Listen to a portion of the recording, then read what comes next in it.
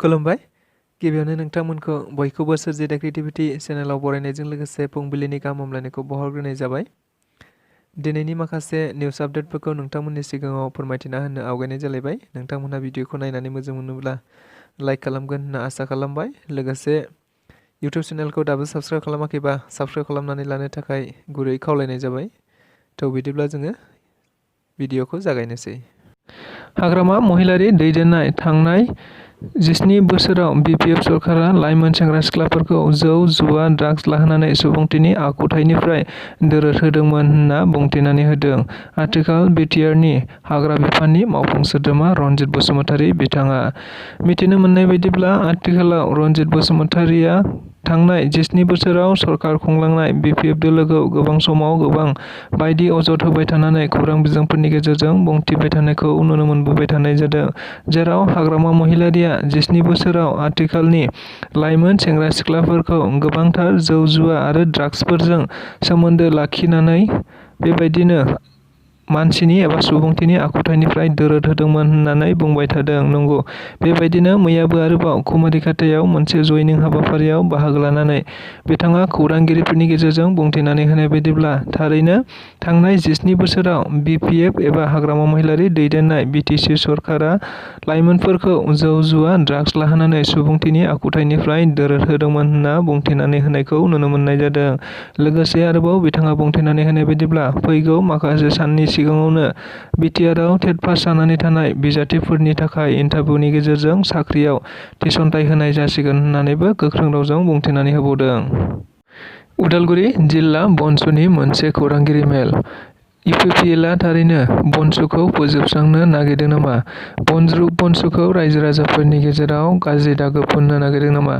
जुदि बेबायदि नंखायैनो हाबदों होननानै बुंबाय थायोब्ला थारैनो उननि समाव लिगेल एक्शन लानाय जागोन होननानैबो बुंथिनाय जादों। नंगौ, बे बाथ्राफोरखौ बुंथिनानै होदों मैया उदालगुरि जिल्ला बनसुनि दैदेनगिरि बिथांमोनहा मोनसे खौरांगिरि मेलनि गेजेरजों। जों बयबो खौरां बिजोंनि गेजेरजों मिथिनो मोननाय जादोंमोन दि दाखालि थांनाय 8 जानुवारिखालि उदालगुरि जिल्लानि मोनसे जायगायाव थारैनो इउपिपिएलआव गोबांथार सोद्रोमाफोरा जयनिं जादोंमोन। जेराव बनसुनि गोबांथार दैदेनगिरि बिथांमोनहाबो इउपिपिएल राजखान्थियाव दोलोआव हाबदों होननानै खौरां बिजोंनि गेजेरजों गोसारनाय जादोंमोन। जायखौ लानानैनो मैया उदालगुरि जिल्ला बनसु एबा बर' माहारियारि फरायसा आफादा मोनसे खौरांगिरि मेलनि गेजेरजों रोखायै बुंथिनानै होनाय जादों दि थारैनो बनसुनिफ्राय रावबो सोद्रोमा एबा दैदेनगिरिफोरानो इउपिपिएल राजखान्थि दोलोआव हाबाखै। मानोना इउपिपिएल राजखान्थि दोलोआ आथिखालाव बनसुखौ फोजोबस्रांनायनि टारगेट लादों नामा? आरो मोनसे माहारियारि आफादखौ इउपिपिएल राजखान्थि दोलोआ रायजो-राजा एबा समाजनि गेजेराव गाज्रि मुं सुहोनो नाजादों नामा?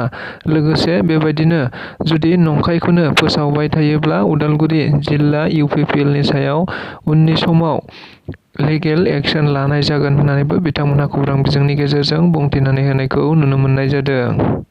तामुलपुर जिल्लानि सिङाव थानाय कुमारिघाटा बाजार दारांगाजुलियाव इउपिपिएल राजखान्थि दोलोनि मोनसे गेदेरथार जयनिं हाबाफारि।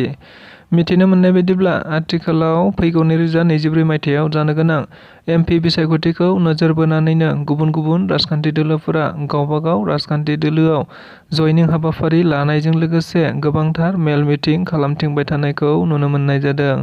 मख'नो गोनांदि बेबायदिनो मैयाबो आरोबाव आथिखाल बिटिआर सरकारखौ सामलायबाय थानाय इउपिपिएल राजखान्थि दोलोनि मोनसे गेदेरथार जयनिं हाबाफारि जानानै थाङो होनना मिथिनो मोननाय जादों। थारैनो बे जयनिं हाबाफारियाव गुबैयै गुबुन गुबुन राजखान्थि दोलोफोरनिफ्राय गासै 1138 निबो बांसिन गोदान सोद्रोमाफोरा इउपिपिएल राजखान्थि दोलोआव जयनिं जाफैदों होनना मिथिनो मोननाय जादों। मख'नो गोनांदि मैयानि बे जयनिं हाबाफारियाव थारैनो बिटिआरनि गाहाय मावफुं सोद्रोमा प्रमद बर' बिथाङाबो हाबाफारियाव बाहागो लानानै जयनिं जागिरि सोद्रोमाफोरखौ बरायनानै लायो होनना मिथिनो मोननाय जादों। लोगोसे बे हाबाफारियावनो आथिखाल आसामनि सासे मन्थ्रि इउजि ब्रह्म बिथाङाबो बाहागो लादों। लोगोसे बेनि अनगायैबो गोबांथार EM आरो गोबांथार MCLA आरो UPPL राजखान्थि दोलोनि दैदेनगिरि बिथांमोनहाबो हाबाफारियाव बाहागो लानानै गोदान जयनिं जागिरि सोद्रोमाफोरखौ बरायनानै लादों होनना मिथिनो मोननाय जादों। बेनि गेजेरजोंनो थारैनो बिटिआरनि गाहाय मावफुं सोद्रोमा प्रमद बर' बिथाङा बुंथिनानै होनाय बायदिब्ला थारैनो BPF राजखान्थि दोलोआ सिगां समाव गोबांथार थगायलांबाय आरो गोबांथार थगायलांनायनि थाखायनो दायो बिटिआर ओनसोलाव गोजोनखौ हास्थायनानै गोबां गुबुन सोद्रोमाफोरा UPPL राजखान्थि दोलोआव जयनिं जागासिनो दं होननानै बुंथिनानै होनायजों लोगोसे थारैनो बेबायदि जयनिं जाबाय थायोबा हाग्रामा महिलारि आरो बिटिआरआव गोबांथार गोजोना फैगोन होननानैबो बिथाङा बुंथिनानै होबावनायखौ नुनो मोननाय जादों। धुबुरी जिल्ला तृणमूल कंग्रेसनि बानजायनायाव मैया धुबुरी जिल्लानि सिङाव थानाय मोनसे थावनियाव थारैनो 200निबो बांसिन तृणमूल कंग्रेसआव जगदान जादों होनना मिथिनो मोननाय जादों। मख'नो गोनांदि मैयानि बे जगदान हाबाफारियाव थारैनो आथिखाल तृणमूल कंग्रेसनि दैदेनगिरि रिपुन बराया बिथाङा हाबाफारियाव बाहागो लानानै खौरां बिजोंफोरनि गेजेरजों एबा गावनि बिबुंथियाव गोख्रों बाथ्रा बुंथिनायखौ नुनो मोननाय जादों। जेराव बिथाङा धुबुरी लकसभा MP बिसायख'थियाव आथिखालाव कंग्रेस एबा तृणमूल कंग्रेसआनो देरहागोन होनना बुंथिनानै होदों। जेराव आथिखालाव बज्रद्दीन आजमलआ धुबुरीआव MP जानानै दङब्लाबो बिथाङाबो आथिखालाव धोरोमखौ लानानैनो राजनिति खालामदों। गुबुन फारसेथिं आसामनि गिबि मन्थ्रि डक्टर हिमन्त बिश्व शर्मायाबो थारैनो धोरोमखौ लानानैनो राजनिति खालामबाय थादों। गुबुना मुसलमानफोरखौ लानानै राजखान्थि खालामदों आरो गुबुन सासेया हिन्दु धोरोमनि सुबुंफोरखौ लानानै राजखान्थि खालामलायगासिनो दं होननानैबो बुंथिनायखौ नुनो मोननाय जादों। बिटिआरआव टेट पास जानानै थानाय बिजाथिफोरखौ थाबैनो इन्टारभिउनि गेजेरजों थिसनथाइ होनाय जासिगोन। हाग्रामा महिलारिया दरं उदालगुरियाव बिजाथि फसंनो हाया।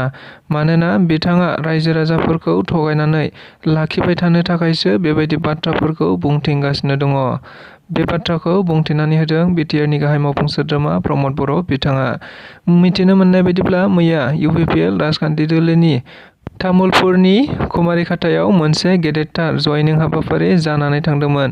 जेराव बिटिआरनि गाहाय मावफुं सोद्रोमा प्रमद बर' बिथाङाबो बाहागो लाहैनानै गोबांथार सोद्रोमाफोरखौ बरायनानै लायो होनना मिथिनो मोननाय जादों। बेनि अनगायैबो बिथाङा खौरांगिरिफोरनि सोंनायाव बुंथिनानै होनाय बायदिब्ला थारैनो बिटिआरआव गोबांथार टेट पास जानाय बिजाथिफोर दङ जायफोरखौ थाबैनो इन्टारभिउनि गेजेरजों साख्रियाव थिसनथाइ होनाय जासिगोन। लोगोसे हाइकर्टआव मोनसे केस सोलिगासिनो दङ।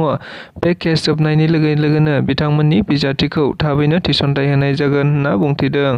मख'नो गोनांदि बेनि अनगायैबो थारैनो खौरांगिरिफोरा राजखान्थिनि बेलायाव सोंनायाव बिटिआरनि गाहाय मावफुं सोद्रोमा प्रमद बर'आ थारैनो बुंथिनानै होनाय बायदिब्ला हाग्रामा महिलारिया दायो गावनि वार्कारफोर आरो गावनि मावसुमाफोरखौ लाखिबाय थानांगौखौ नोजोर बोनानैसो ओरैजाया बुंथिगासिनो दङ। मानोना हाग्रामा महिलारिया दायो उदालगुरि आरो दरंआव बिजाथि फसंनो हानाय गोहो गैया आरो बिथांनि थासारिया दायो इलेक्सन एबा बिसायख'थि देरहानो हानाय गोहो गैया होननानै आं सानो होननानैबो बिथाङा खौरांगिरिफोरनि गेजेरजों बुंथिनानै होदों।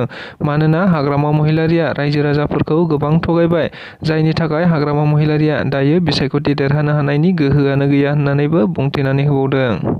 सारायसर बिल इक'टुरिज्म ससाइटिनि बानजायनायाव देग्लाय नैथि फुड फेस्टिभेलखौ खुंफुंनो साखाफारा खालामनायखौ नुनो मोननाय जादों।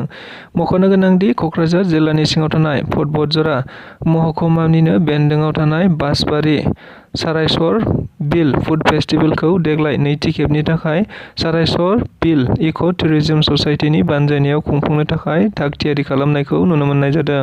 मख'नो गोनांदि देग्लायनि नैथि फुड फेस्टिभेलखौ थारैनो मागो दमासिखौ लोब्बा लाखिनानै फैगौ जानुवारि दाननिनो 14 आरो 15 जानुवारि खालि खुंफुंनो थि खालामनाय जादों होनना मिथिनो मोननाय जादों।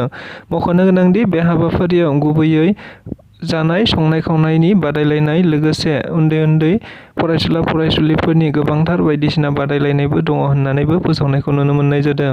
बेनि गेजेरजों थारैनो गोबांथार रायजो राजाफोराबो बे हाबाफारियाव बाहागो लाफैनो हागोन होननानैबो मैया इक' टुरिज्म ससाइटिनि बानजायनायाव खौरां बिजोंनि गेजेरजों बुंथिनानै होनायखौ नुनो मोननाय जादों।